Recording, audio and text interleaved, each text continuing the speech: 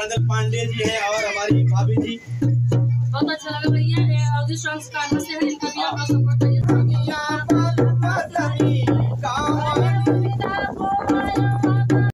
नगर उत्तर प्रदेश बहुत बहुत धन्यवाद भैया, सबके सदा जय जयकार हो।